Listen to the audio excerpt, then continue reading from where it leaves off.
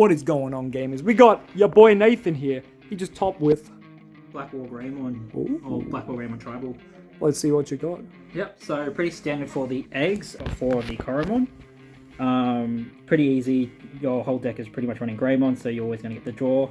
And then I've got a 5th egg as in Gurumon. This comes up in some of the longer matches as I play a more control build, so I actually do go through quite a few eggs.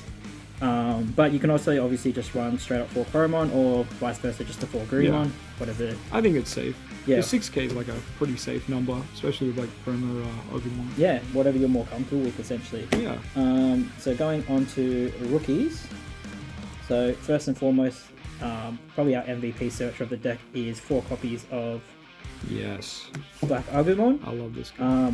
Yeah, 100%. You need to run 4 copies of this. I've seen red-based variants of BlackWarGreymon deck that run maybe only 2 or 3 of him.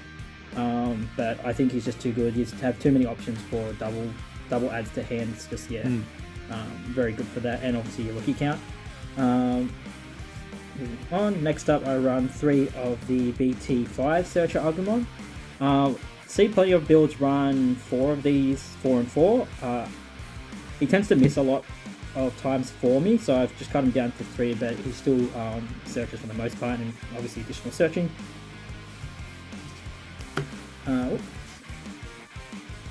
Next up, I run 4 of the promo Agumon.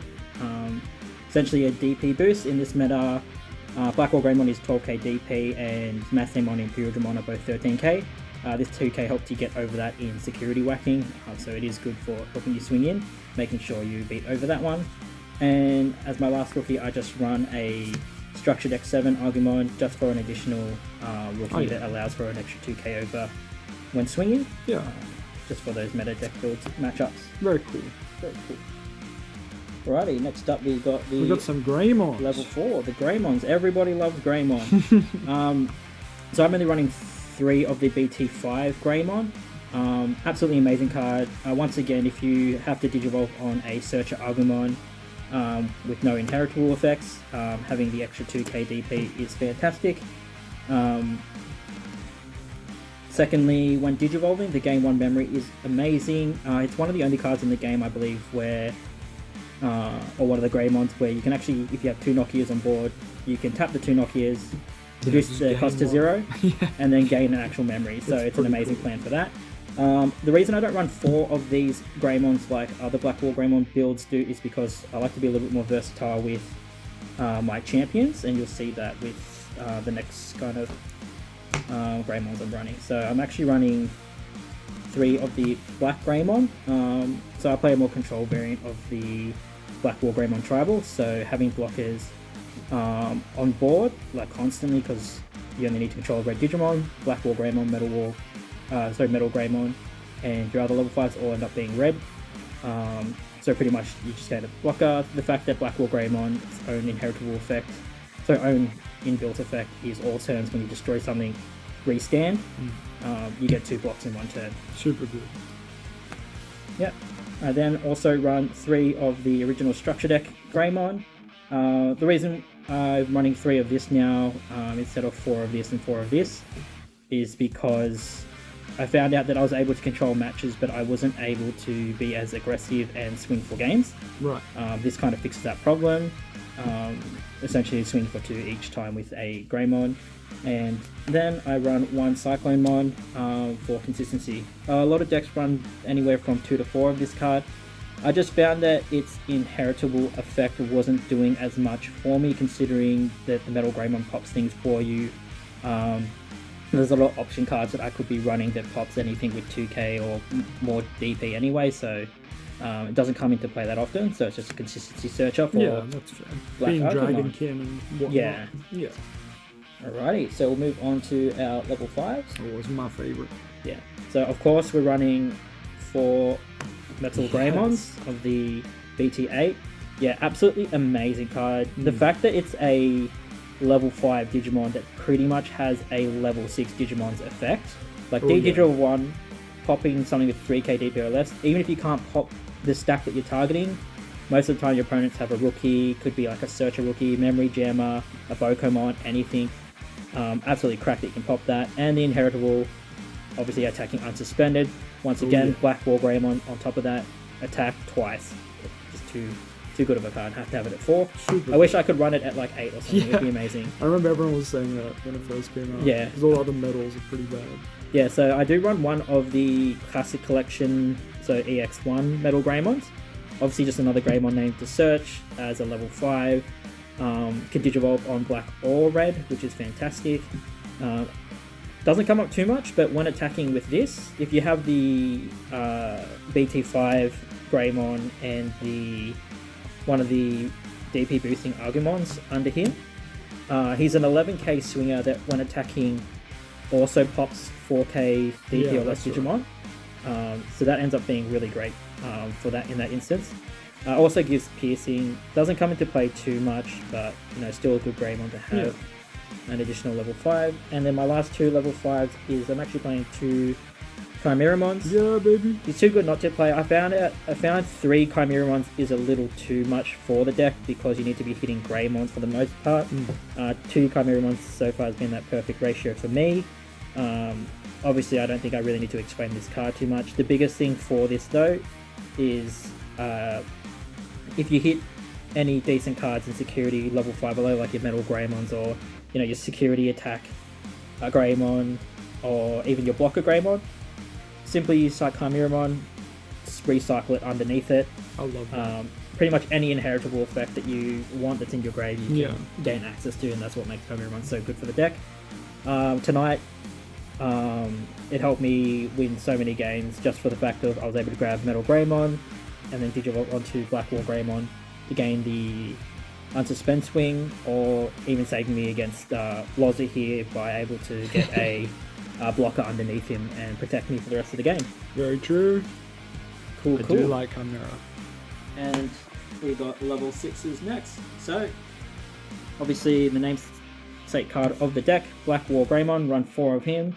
I don't really need to describe what he does. I'm pretty sure most people do, but for those who don't, when Digivolving, based off the color of its Digivolution sources, if it's red, you can destroy Digimon with the DP cost up to 6. If you've got black under him, you can destroy Tamers up to a play cost of 6, so that could be multiple cards.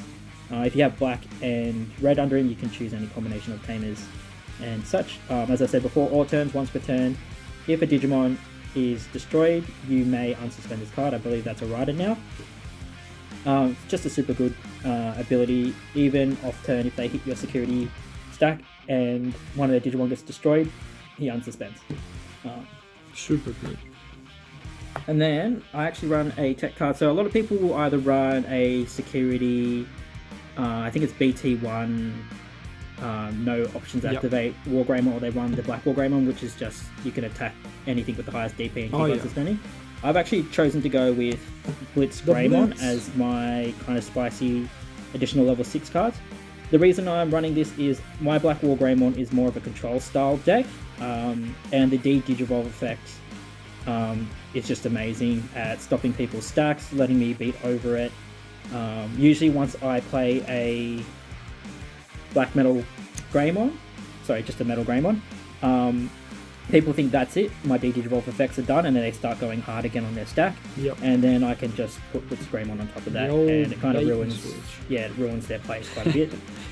But 100% BlackWarGreymon, you can side it with BlackWarGreymon or any of the other Greymon cards at level 6. All of them work out just as well. It kind of depends on what style you're going for. If you're going more aggressive, you go the security no option activate. If you're going more defensive, the black Greymons with like reboot and blocker and all that. I like that. It's your spicy. Yeah, tech. you get to like add your spicy tech to it. Checked out. Next up, we've got the Tamers. So it's a pretty obvious one. I'm running for Nokia Shiramine. Oh yeah, you got it. Yeah. So upset that It's coming. It's coming. Yep, just the combo plays off your on-play effect Agumons. The fact that you can make all your Greymons cheaper, I believe you need to have it at 4. I've seen some people run it at 2 and 3 because they're running other Tamers. Honestly, if you don't hit a memory set of Tamer and you just hit Nokias, playing Greymons for free, I mean, you pretty much talk to yourself. It's pretty much fun. And then obviously I play 3 Marcus Daemon as my memory setter, and obviously whenever my Greymons are attacked, tap Marcus, gain a memory. Free. Yeah. essentially makes it very, very Yeah, good all your for memory tamers generate efficiency. a lot of memory. That's pretty Which much it. red decks kind of need. Yeah, but not just that, like, all of my level 5s essentially and higher cost 4 to Digivolve, so Yep. I kind of need the memory and resources. Very true. Alright, and then we've got our option cards. So obviously options are a bit more flexible. People can play however they like. You got a couple as well. Yeah, so I'm playing 2 Gaia Force. I've seen people play 1, I've seen people play 3 or 4. I like 2 specifically because I don't really want to see in hand. It comes up in security checks enough as it is, and one of them will usually turn the game around for me. Yeah. Next up, I am running 3 Crimson Blaze. Would be running 4, I don't have the 4th, but it hasn't been a problem at all. Absolutely amazing card. I mean, reduces its cost based off how many opponents' Digimons there are, and it's popping everything 6k or less, and against Mass Daemon decks and even Imperial Dramon decks, which have a on-play, the summon effect with on-play, Crimson Blaze will actually shut them down for a turn, which people tend to forget. So you can kind of hard play even though they don't have much on board, but if you can see something coming from Mass Daemon or Imperial Dramon, I mean, I've hard played it many times and stunned them for a turn, so it's great. Yeah, I do like that. You reminded me of that today. Playing 1 red memory boost. This deck runs too many other colors other than red. I feel like 2 memory boost isn't great. Also, memory gems is still a thing. Being able to dig for and grab at least 1 card that you need is fantastic, and obviously 2 memory is always good. And my last 2 slots is my spicy tech card that I decided to add in, which is Heir of Dragons. Yes. So absolutely amazing in this deck. Only need to control red Digimon, pretty easy to do. 3 costs, straight up draw 2. There's no conditional requirements on the draw 2. In the type of format that we're playing where you don't have access to mulligan and you might have a dead draw or a dead hand, being able to just draw 2 cards and fix your hand is absolutely amazing. Works super well in this deck as well, because if you control a Digimon with Greymon in its name, so it doesn't even need to be on play, it can be literally in your breeding zone or raising area, you can actually pop something on the field that is 4k DP or less. That's going to kill memory gemmers, people playing hybrids, they're Bokomons, most obviously rookies, and especially against Mass Daemon, it is killing their Gatomons on the field. That's big. So it's an absolutely amazing card, and it 100%, this is the MVP of the deck tonight. Yeah. It saved my dead hands so many times tonight, so it's just Ooh. super good. I love Definitely to hear recommend. it. All right, matchups real quick. Yeah, so first up tonight, I went against a Mass Daemon deck. Game 1, it ended up being a very long drawn out game 1 where I was versing Tom, and he actually decked out. And Yellow things. 100%. I was down to my last 2 cards because he played Creepy One to mill me, but I think just the being able to just keep 1 body on board and not have to force myself to Digivolve saved me from having to draw any more cards. Game 2, it was pretty close. It was a back and forth play, but I just managed to get my BlackWarGreymon stack on board, which eventually gave me time to get a Chimeramon with a security Greymon under it from Brave, and just keep swinging out the game. Game 2 was actually a BlackWarGreymon mirror match. However, I was up against Dave's more red-based variant, and unfortunately, Game 1, he pretty much dead drawed. He didn't see a single level 4 for about 5 turns in a row, and essentially I was able to set up and then just win the game. GG easy for that one. Game 2 was a little bit more back and forth, but because of Heir of Dragons, I was able to pop a rookie that he had set up on field and fix my hand, and then because Dave's draws were struggling a little bit because he had to keep drawing off Digivolving, Heir Dragon set me up for more Digivolve draws, which led into Nokia's on summoning Black Argumons and then just playing my deck as it is and Very nice. winning there. And then game 3 was up against LOZA, so it was Christmas Hybrid. Damn. Game 1 pretty much got Wookiee rushed, and I was down to my last security, but was able to get a Chimeramon play and pull a BlackWarGreymon out from Grave under it, and slam down a BlackWarGreymon, and also destroying his Tamers. which also put LOZA in a memory star position. Oh yeah. So because he was memory starved, he could only summon 1 to 2 Digimon at most per turn, and because BlackWarGreymon can block twice a turn, he pretty much couldn't attack me for game. And I was able to build up another stack in my raising area, which had 2 security swings, and then just outswing him essentially. Game 2 was a little bit of a similar situation, however I drew an absolutely dead hand straight up, but Aero Dragons was in there, was able to slam down a Greymon turn 1, play Aero Dragons, and it ended up drawing me the perfect cards I needed to progress my game state. Kind of similar situation, was getting, hybrid and rookie rush, but was able to play a BlackWarGreymon once again and just continue blocking, taking risks here and there, and eventually winning through counter swinging. That was pretty much the big thing there. However, Crimson Blaze in game 2 came up quite a bit there, which was able to wipe rookie rush board. So I feel like my option layout is quite good, and you see things when you need to see them. But yeah, definitely recommend everyone should be playing Crimson Blaze in this format. It's just too good of a card not to have. Even if you don't destroy anything on board, you're freezing a lot of the meta decks for the turn. Aero Dragons if you're playing BlackWarGreymon. That's cool. Look at that. Or, just getting 2 free draws. And they're 4K pop if you're running a Greymon. Yo, pot agreed with a pod? That's pretty with much a pop. it. But yeah, that's my build. I've been mix and matching my BlackWarGreymon build for quite some time since BT 8 came out. This is true. Yeah, so I was running an Omnimon build and I was coming second in a few local tournaments quite a bit. I feel like the Omnimons are great, especially the Blitz and Ultra S is even fantastic for a more control variant. But they weren't winning you games, they were just taking back control.